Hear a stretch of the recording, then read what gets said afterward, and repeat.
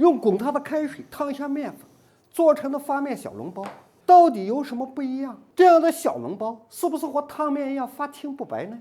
烫过之后的面还能发旺发起来吗？干货去拿走，开店就赚钱。大家好，我是平老师。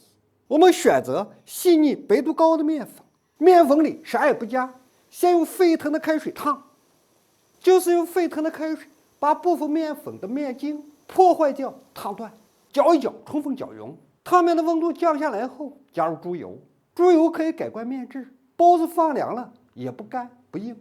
酵母粉和白糖加入温水中搅一搅，形成酵母水，唤醒酵母的活性。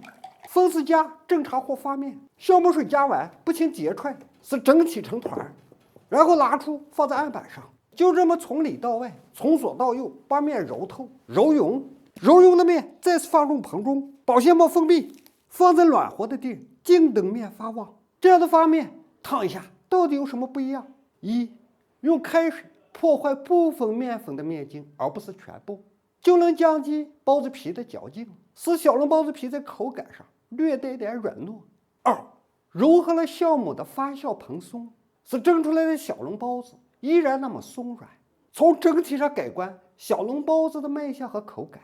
趁着发面，起锅烧油，做个旋，豆油烧热，先下肥肉，炒到肥肉吐油，这样旋口感不腻。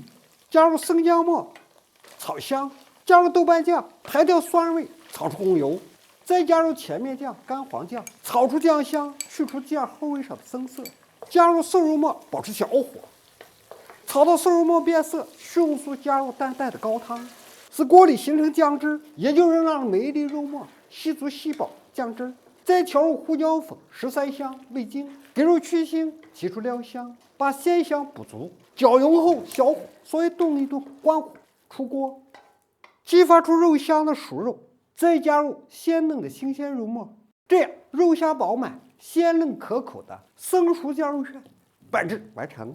开水烫过的面，你看依旧发得很旺，撕开保鲜膜，窝出一扒拉，均匀的网丝状，满含气孔，发面很理想。拿出后揉一揉，拍一拍气体，搓开，直接揪面剂子。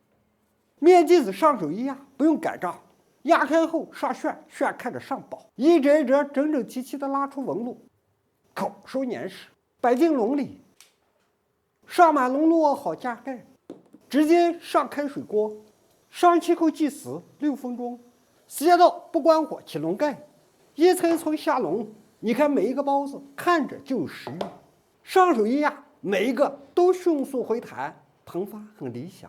掰开一个，旋滋润鲜香，包子皮有明显均匀的气孔，蓬松暄软。这样的小笼包在口感上略带嚼劲，松软软糯。那今天的教学就到这里，关注我们，学习更多专业的小吃创意技术，咱下节课见。